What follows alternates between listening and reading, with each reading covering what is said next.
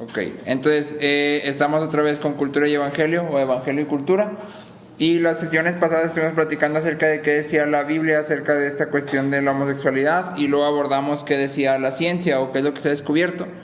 Y puse aquí 4 puntos en los que podemos resumir lo que hemos estado platicando. Uno, dijimos que la Biblia es clara, la práctica del homosexualismo es pecado, ¿sí? Entonces dijimos que no importa si es en una relación matrimonial o en un compromiso de por vida, la práctica va contra el diseño de Dios, ¿sí? Entonces ahí fuimos específicos en que la práctica del homosexualismo es pecado, ¿sí? 2, dijimos que hasta ahora los estudios científicos no han demostrado ningún factor que sea necesario y suficiente. Hicimos énfasis en el necesario y suficiente. Es decir, hay personas homosexuales que tienen ciertas características y otros que no los tienen y que no es necesario. Sí, o sea, esto comprueba que no es necesario, que lo tienen que tener para ser homosexual o para tener esta orientación, o que tener una cierta característica, una cierta genética o así que han encontrado los estudios es suficiente. Es decir, porque lo tienes ya eres, sí, tampoco esto es cierto. Sí, pero también dijimos en esta parte que aún si se llegara a encontrar, es decir, si la ciencia llegara a encontrar el gen gay, esto no cambia nuestra perspectiva como cristianos. Que esto nos lleva al punto 3. A la luz de la caída y la corrupción que entra por el pecado, consideramos el homosexualismo como un resultado de estos factores de caída y corrupción del pecado. Sí, entonces reconocemos como cristianos que en la mayoría de los casos es algo que las personas no eligen sentir. Sí, es decir, no es que una persona un día nace, crece y de repente decide ser homosexual. Simplemente es algo que está ahí, sí, que la persona generalmente no puede controlar. Y por último, el punto 4 es que dijimos que no creemos que Dios cree personas homosexuales. Es decir, no decimos Dios me hizo nacer homosexual, si Dios me hizo homosexual, sino que en su soberanía utiliza el sufrimiento que nos rodea para formar a Cristo en nosotros. Dentro de esto opera también esta parte de la homosexualidad, que otra vez es algo que no se elige, ¿sí? Y entonces todos estos puntos nos llevan a la pregunta que vamos a ver hoy, y es: ¿puede una persona que ha nacido de nuevo experimentar atracción por el mismo sexo? Sí. Entonces, para responder esa pregunta debemos de comenzar por nosotros mismos. ¿Qué significa en términos del pecado ser un cristiano? ¿Sí? ¿Qué significa en referencia al pecado ser un cristiano? Una vez que venimos a Cristo, ¿qué sucede con el pecado en nosotros? Sí, y me gustaría aquí que me acompañaras a Romanos 8:13.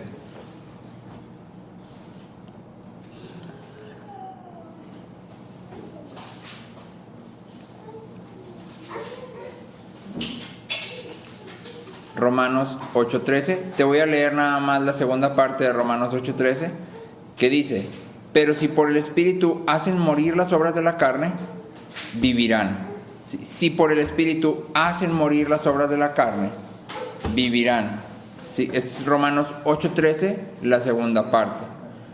Entonces, la pregunta clave aquí es: ¿qué significa hacer morir las obras de la carne? Sí, aquí cuando Pablo dice, si por el Espíritu hacen morir las obras de la carne, van a vivir, ¿qué significa entonces hacer morir las obras de la carne? Te hago una serie de preguntas que me gustaría que me contestaras nada más con sí y no.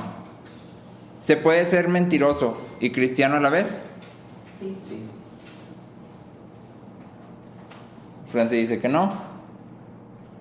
O sea, bueno, se puede, pues sí. ¿Se puede ser mentiroso y cristiano a la vez, sí o no? Sí. Sí. Voy a decir que sí. Ok, ¿se puede ser egoísta y cristiano a la vez? Sí. Sí. Sí. Ok, ¿se puede ser pecador y cristiano a la vez? Sí. Entonces, justo esto es lo que Lutero contesta con su declaración, y que es muy conocida, es simul justus et peccator, ¿sí? Que significa justo y pecador simultáneamente. ¿Sí? Entonces, una vez que venimos a Cristo, su justicia nos es imputada, pero esto no significa que nos volvamos justos en nosotros mismos, ¿sí? Es decir, nuestra naturaleza no es convertir en la naturaleza de una persona justa por nosotros mismos, sino que su justicia nos es imputada a nosotros. Y aquí hay algo que hay que tomar en cuenta, porque si nosotros creemos que nuestra naturaleza es cambiada en el sentido de ahora nosotros somos justos, eso significa que nuestra aceptación delante de Dios va a depender de nuestra justicia, ¿sí? Entonces debemos de reconocer que cuando venimos a Cristo, su justicia nos es imputada. Nosotros no somos hechos justos en nuestra naturaleza misma. Somos llamados justos porque nos estamos tomando de Él, ¿sí?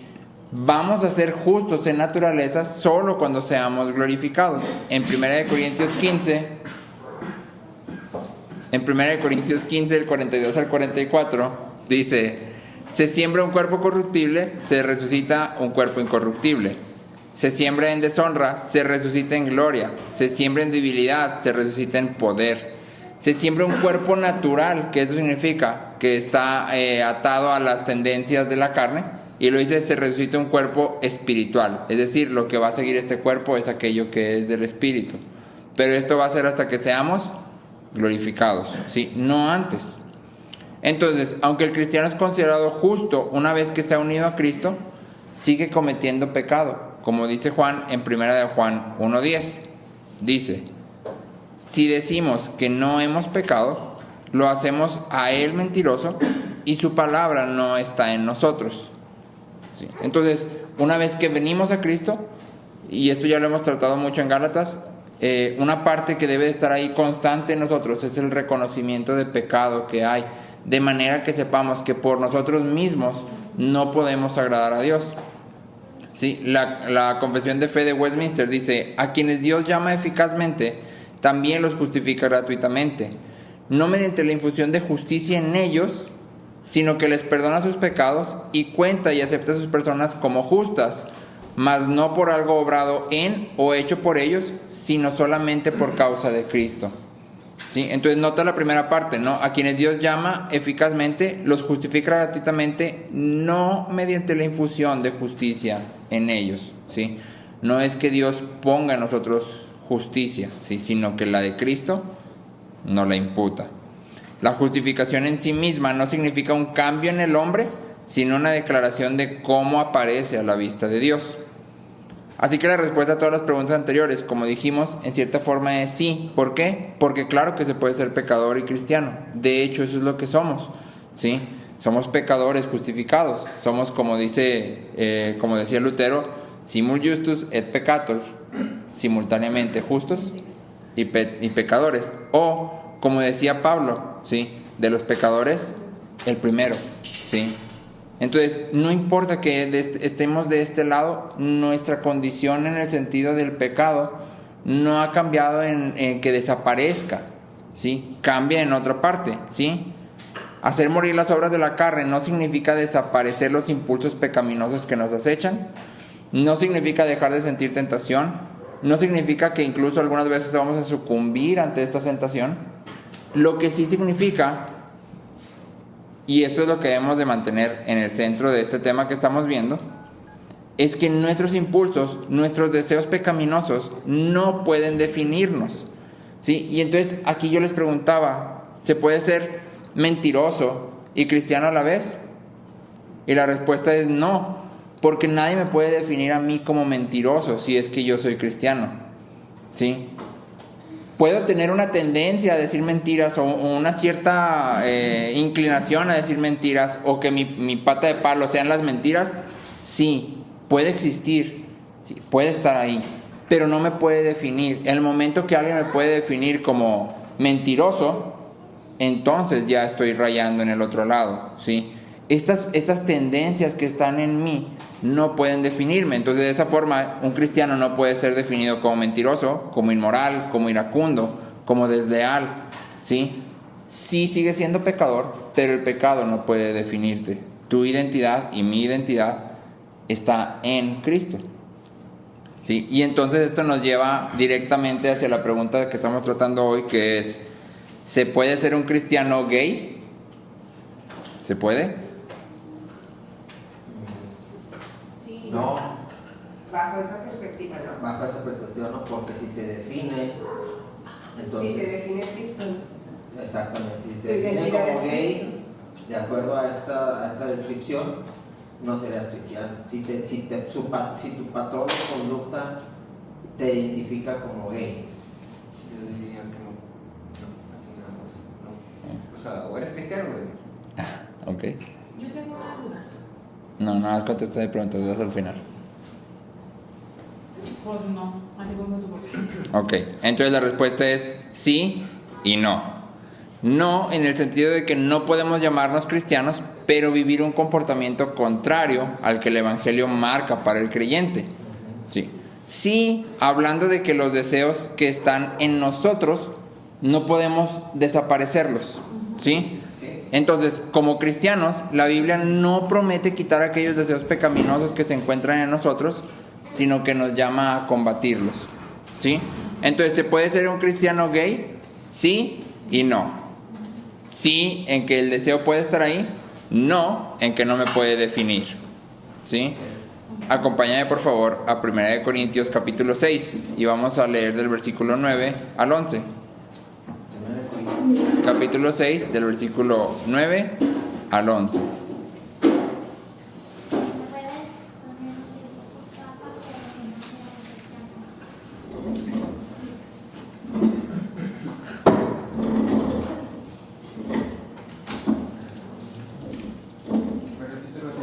Primera de Corintios 6 del 9 al 11.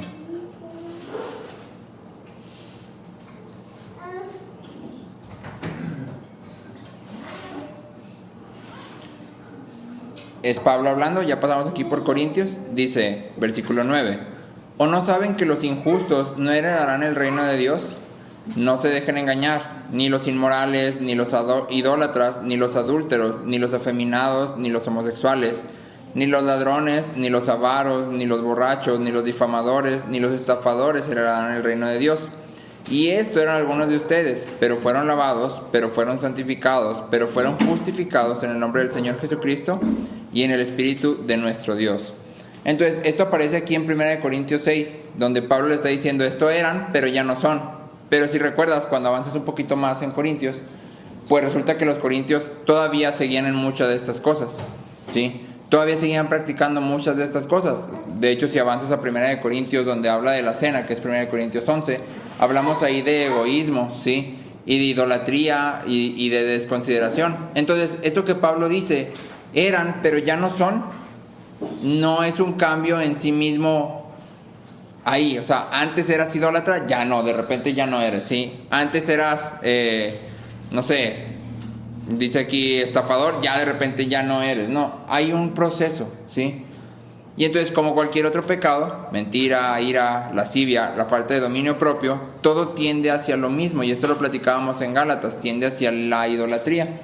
¿Te acuerdas que platicábamos en Gálatas que en realidad cuando tú y yo fallamos en uno de los 10 mandamientos, estamos fallando directamente en el primero, que es en poner otro Dios antes de Dios, ¿sí?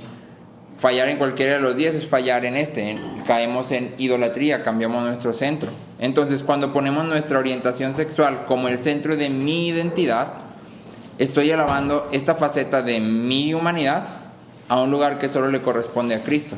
Es decir, lo que me define es mi orientación sexual. Si soy gay o soy homosexual, eso me define. Y entonces estoy poniendo esto como el centro, cuando el centro debe ser Cristo.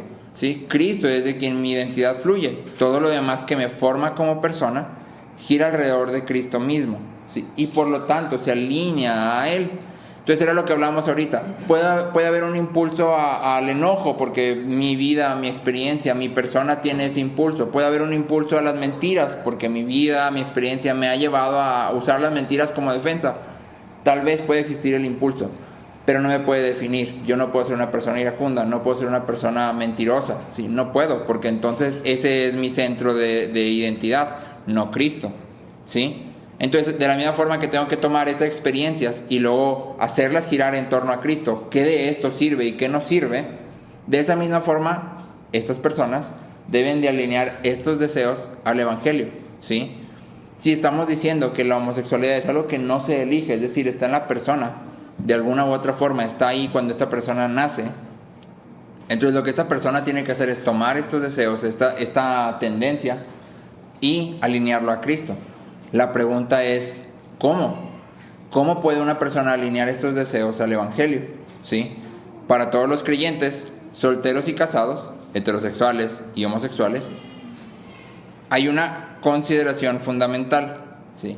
Y esta es que vivamos nuestras vidas fielmente ante Dios, comprometiéndonos con Él y creciendo en nuestra semejanza a Cristo a través de la obra del Espíritu Santo en nuestras vidas, ¿sí? Entonces, cuando tú y yo tomamos esta consideración, mi vida se tiene que vivir de forma fiel delante de Dios, siempre a través de la obra de Cristo, creciendo a la imagen de Cristo, a través de la obra del Espíritu Santo, creciendo a la imagen de Cristo. Tenemos que llegar a la conclusión de que el Evangelio nos invita a todos a exactamente a lo mismo. ¿A qué? A morir a nosotros mismos, a tomar nuestra cruz y a seguirle. A todos los creyentes nos invita exactamente a lo mismo. Para el creyente que experimenta atracción por el mismo género, existen dos opciones, ¿sí? La primera es celibato. Entonces, ok, tengo este deseo, ¿cómo puedo alinear este deseo al Evangelio? La primera opción que la Biblia nos presenta es la de vivir célibes. Aunque en la mayoría de los círculos cristianos consideramos el celibato como un don, en el sentido de que es algo que solo algunos tienen como dado de Dios, sobre todo cuando vamos a 1 Corintios 7. Si me acompañas a Mateo 19, versículos 11 y 12, justo aquí termina de hablar Cristo acerca del matrimonio. No sé si recuerdas que es justo donde les dice aquí que solo por causa de fornicación pueden divorciarse. Y luego los discípulos contestan, pues si así está la cosa, mejor es no casarse, ¿sí? Y la respuesta de Cristo está aquí en el versículo 11 y 12. Mateo 19, versículos 11 y 12.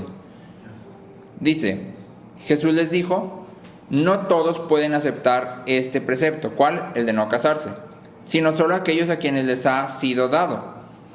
Pero nota aquí, porque luego a los que les ha sido dado, ¿qué?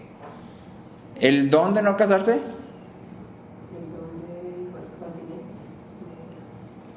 No todos pueden aceptar este precepto. ¿Qué les ha sido dado? El precepto. Fíjate bien, dice el versículo que sigue. Porque hay eunucos que nacieron así desde el seno de su madre. Y hay eunucos que fueron hechos eunucos por los hombres. Y también hay eunucos que a sí mismos se hicieron eunucos por causa del reino de los cielos. El que pueda aceptar esto, que lo acepte. El precepto no es el don de... lo que se les da no es el don de continencia, sino lo que se les da es el precepto. Sí, es decir, no te vas a casar. Y puede ser que Dios dé en este caso el don, si lo quieres ver así, que otra vez en 1 Corintios 7 no está definido tal cual como don. De hecho, la palabra que se usa ahí es dominio propio, sino más bien es, te voy a dar algo que sé que puedes soportar. Otra vez regresamos a Corintios, ¿va? No nos da más de lo que podamos llevar. Pero en este caso, si te fijas, te dice, hay eunucos que a sí mismos se hicieron eunucos. Es decir, no es alguien que por naturaleza no tenga un deseo sexual, sino que por el reino de los cielos, que es lo que dice Cristo ahí, se abstiene de tal deseo, ¿sí? Eso es ser un eunuco, ¿sí? En este sentido. Entonces, la primera opción que Cristo nos da es el celibato. Una persona que tiene atracción del mismo género, su primera opción es quedarse célibe, exactamente. ¿Por qué? Porque estamos de acuerdo en que actuar en base a tu atracción del mismo género es pecado, ¿sí? Es lo que veíamos en todo lo que hemos estado armando hasta ahorita de la Biblia, ¿sí? Vivir una vida homosexual es pecado. Tener la atracción en sí misma, no. ¿Por qué? Porque no es algo que tú puedas elegir, ¿sí? No hay nada que tú puedas hacer respecto a eso. En la literatura que les dejamos ahí en la bibliografía, hay casos de gente que ha podido, a través de venir a Cristo, cambiar esta orientación, es decir, de ser una persona homosexual pasar a ser una persona heterosexual, pero también hay personas que no han logrado hacer eso, no ha sucedido, ¿sí? ¿Por qué? Porque la Biblia nunca promete hacer este cambio, ¿sí? La Biblia nunca dice, voy a quitar de ti todas tus inclinaciones pecaminosas. Si eso fuera, todos viviríamos muchísimo más fácil. Si la tendencia al pecado fuera quitada de nosotros, pues estaríamos en la gloria, ¿sí? Pero la Biblia no promete eso. La Biblia promete que en medio de esa tendencia, en medio de esa tentación, Él nos va a fortalecer para poder vivir, ¿sí?, dando gloria a su nombre. Entonces la primera es esa. La segunda, que creo que esto es algo más cultural y que la verdad yo no he escuchado aquí en mi círculo así como cercano, digo, tampoco conozco mucho, pero es algo que se llama matrimonio cruzado. Y esto es básicamente dos personas del género opuesto que se casan a sabiendas de que uno o los dos batallan con atracción hacia su mismo género, ¿sí? Entonces hay casos de hombres que tienen atracción hacia su mismo género, pero se casan con una mujer. Obviamente abiertamente hablan con esta persona y, o sea, es solo con lo que yo batallo, ¿sí?, es algo con lo que lucho, pero podemos tener una relación, forman familias y todo, ¿sí? Y se sabe. También hay algunos casos de hombre con atracción hacia el mismo género y mujer con atracción hacia el mismo género que se casan también para formar una familia, ¿sí? Entonces esto es un concepto como un poco alejado de nosotros, pero hasta cierto punto hay ¿qué diré?, estudios de que funciona dentro de la iglesia cristiana. Hay evidencia de que funciona. No hay ningún marco bíblico para negar que alguien haga esto, siempre que se haga por la motivación correcta, exactamente, y que se haga con cuidado y con sabiduría de la persona que está ahora sí que tratando con estas dos personas o pastoreando a las dos personas. Aquí te recomiendo mucho el libro que está ahí de Obediencia Costosa de Yarhouse, que él precisamente se dedica a hacer estudios de este tipo de personas, de cómo viven esta parte de la obediencia costosa, de tener que vivir célibe o casarte de esta forma, ¿sí? Entonces es interesante ver cómo ese camino. Entonces lo más importante para el cristiano no es la heterosexualidad, sino una vida cristocéntrica devota a Dios, ¿sí? Entonces, como para ir cerrando este pedacito, me gustaría abordar algunas preguntas que creo que son bastante válidas y que se pueden presentar de parte de una persona que tiene esta atracción hacia el mismo género, ¿sí? Y la primera es, ok, Dios no me hizo así, bien, pero permite que esto esté en mí y además no lo quita. O sea, yo vengo a Cristo y no lo quita. Entonces, ¿no es injusto pedirme que viva siempre negándome estos deseos? O sea, ¿por qué Dios me pide que todo el tiempo viva negando algo que Él permite que esté en mí y que teniendo el poder no lo quita? ¿Sí? Y la respuesta es que no, Dios no es injusto. En realidad, todos los creyentes otra vez somos llamados exactamente a lo mismo. Y todos los creyentes, como dice Jeremías, tenemos un corazón engañoso y perverso, es decir, nuestra tendencia es hacia el pecado y Dios no viene a nosotros y nos quita la tendencia hacia el pecado, sino que nos fortalece otra vez, ¿sí? Vivimos en el mundo luchando contra este pecado, ¿sí? Entonces la invitación hacia la persona que tiene atracción hacia el mismo género es la misma que es para todos los demás creyentes, ¿sí? En cuanto al pecado, claro. ¿Ves? En cuanto a todo, tu vida tiene que ser alineada a Cristo. En ese sentido es mi atracción me demanda que viva célibe, entonces eso voy a hacer, ¿sí? Como heterosexual no me demanda que viva célibe como tal, pero me demanda que viva una vida de fidelidad a mi pareja, ¿sí? Que otra vez es pelear contra un pecado que está ahí, una tendencia pecaminosa, ¿sí? Entonces la invitación en realidad es la misma. Hay una segunda pregunta, que esto es parte de la literatura y son como cartas de muchas personas que han llegado a este punto de lo que la Biblia dice, y es, ¿de verdad querría Dios que yo viviera de manera tan miserable? Hay muchos cristianos, o bueno, congregantes o creyentes, no sé cómo llamarles, que cuando se enfrentan con lo que la palabra dice, dicen, no, es que Dios no puede querer que yo viva de esta manera tan miserable, entonces seguramente lo que me están diciendo no es... y yo tengo que vivir mi orientación sexual de manera libre y esto seguramente le va a agradar a Dios porque yo soy más feliz, porque yo soy más pleno, porque yo soy... Y entonces viven un cristianismo que afirma la vida homosexual, porque hay mucho de este lado, ¿sí? ¿Por qué? Porque la premisa es, ¿cómo Dios va a querer que yo viva miserable? O sea, es ilógico. Y aquí me gustaría citar a Jackie Hill Perry, que es la autora de Chica Gay, Dios Bueno, y dice, la batalla con la homosexualidad es una batalla de fe, ¿Es Dios mi gozo? ¿Es Él suficientemente bueno?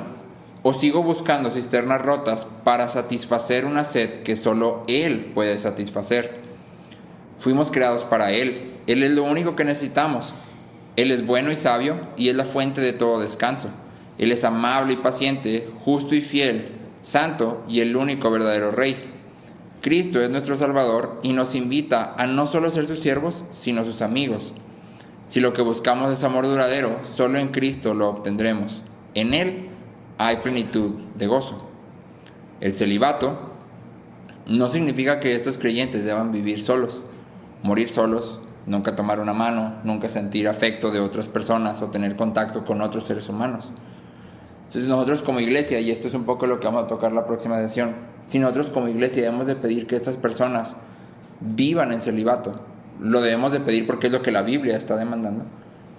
Debemos de pedirlo también proveyendo una comunidad que les ofrezca este amor, este apoyo, este sustento, esta fuerza. Porque no sé si tú te has puesto a pensar qué sería vivir toda tu vida solo. O sea, Imagínate. sí, ha hecho a un lado. Sí, tal vez hecho a un lado en el sentido de que nunca vas a llegar a una casa en donde va a haber una familia que te está esperando. Nunca va a haber una persona que sea como que tu amigo, tu íntimo, tú nunca lo vas a tener. ¿Sí? Y luego aparte de eso, cuando llegas a la comunidad de la iglesia, eres todo el tiempo hecho a un lado porque tienes una situación, y lo entrecomillo, ¿sí? Que no puedes hacer a un lado. Entonces, si tú y yo como iglesia vamos a decir, ¿sabes qué? La Biblia, esto es lo que dice, yo tengo que hacer eso cumpliendo todo lo demás que la Biblia me dice, y la Biblia me dice que la iglesia es una comunidad en donde el amor de Cristo se ve, y que en realidad es la iglesia en donde la máxima o el tope de comunión y de amor y de compañerismo se ve, no el matrimonio, la iglesia, ¿sí? Y lo tercero es, y esto creo que es un error más de iglesia que de pregunta, el matrimonio y las relaciones sexuales son la máxima expresión de intimidad y de plenitud humana. Es decir, cuando hay una persona que no puede experimentar matrimonio o relaciones sexuales, entonces no ha llegado a la plenitud, me explico, no está completo. Y esto, aunque no se dice de manera explícita, muchas veces en la iglesia lo manejamos, porque la persona que está soltera es como que, ay, ¿a qué hora te vas a casar? Ay, ¿tú para cuándo? Oye, ya no, pues hay que orar, ya te vas a sacar en rifa y hay que hacer Entonces todo el tiempo estamos bombardeando con, mientras no estés casado, estás incompleto, ¿sí?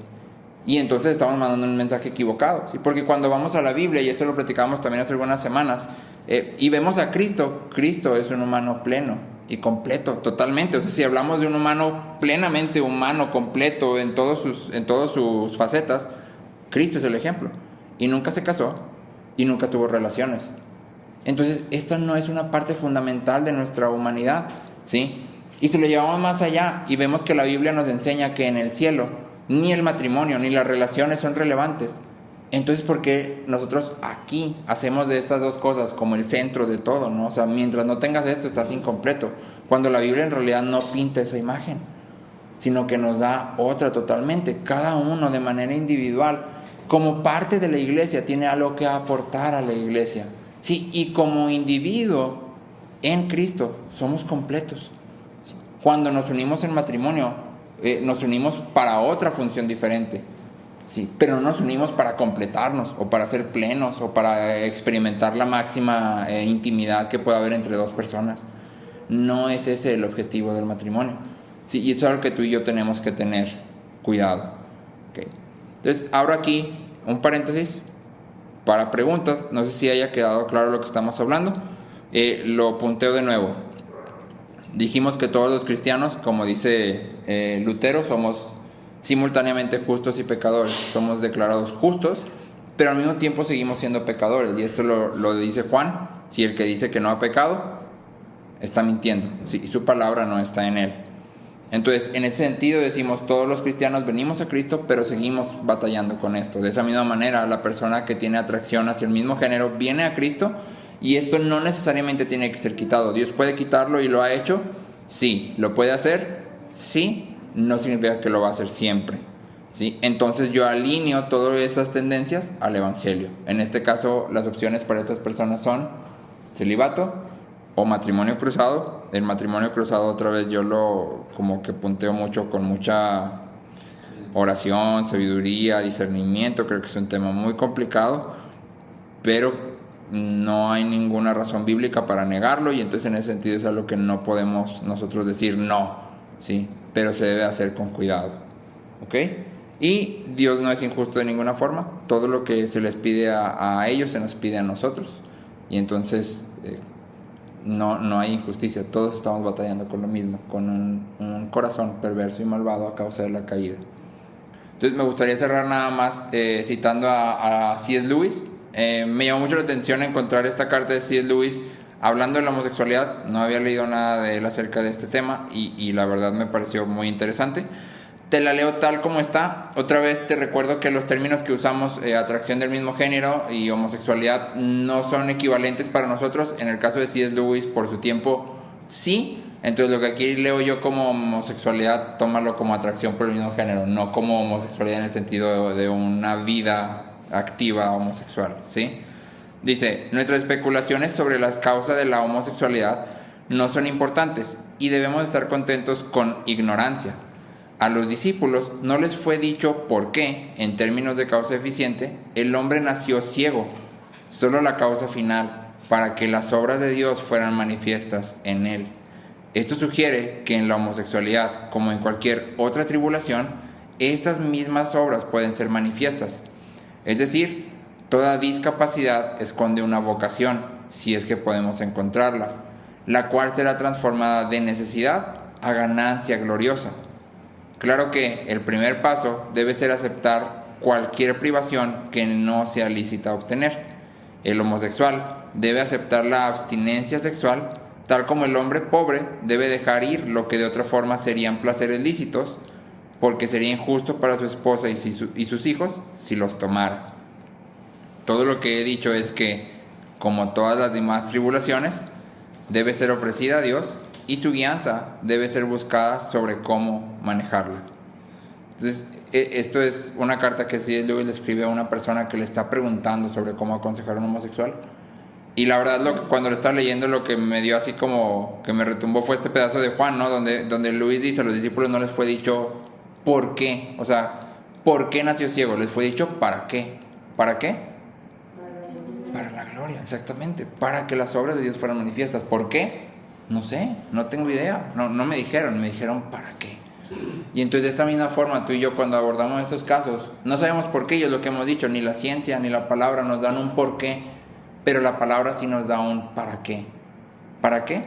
Para que las obras de Dios sean manifiestas. Entonces, esto es lo que nos va a llevar a nuestro siguiente tema, porque vamos a empezar a ver cómo estas personas que sufren no sé si la palabra creo que sea sufrir, que creo que sí, sufren de esta atracción con la que tienen que estar toda su vida peleando, ¿qué pueden aportar a la iglesia? Que tú y yo tal vez muchas veces no podemos, ¿sí? Y cómo como iglesia debemos de reaccionar ante esto. ¿Va? Entonces aquí cerramos este tema. Como ya hay espacio para preguntas y todo eso, vamos a orar para terminar. Dios, gracias porque tú eres bueno. Gracias, Señor, por tu palabra. Gracias por tu misericordia. Gracias por tu gracia, papá. Ayúdanos, Señor, a manifestar tu amor, Señor, tu compasión. Ayúdanos así como tú lo hiciste con nosotros, Señor, tratar de ponernos en los zapatos de los demás, Señor, y entender, Señor, o tratar por lo menos de entender un poco de aquello por lo que están pasando, de lo que viven, y poder en amor llamarlos a tu palabra, llamarlos a lo que tú nos has llamado, al Evangelio, Señor, a vivir en línea con Él, Señor.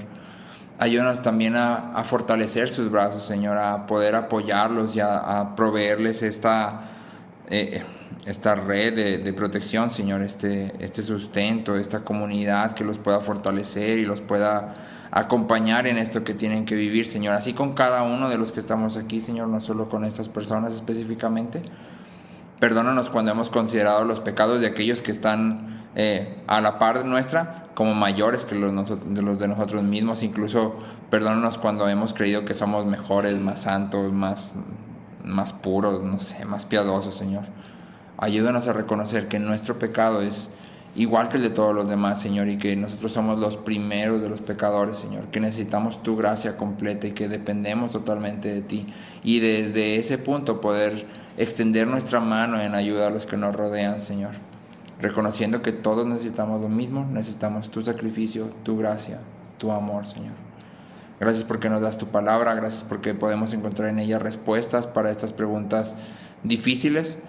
Y te pedimos, Señor, que nos ayudes a vivir en línea con ella, Señor, y a poder hablar en tiempo correcto y de manera correcta aquella que tu palabra tiene para decir, Señor. Gracias por tu misericordia, papá, por tu bondad, por tu gracia, por tu perdón, Señor. Gracias por tu iglesia. En el nombre de Jesucristo. Amén.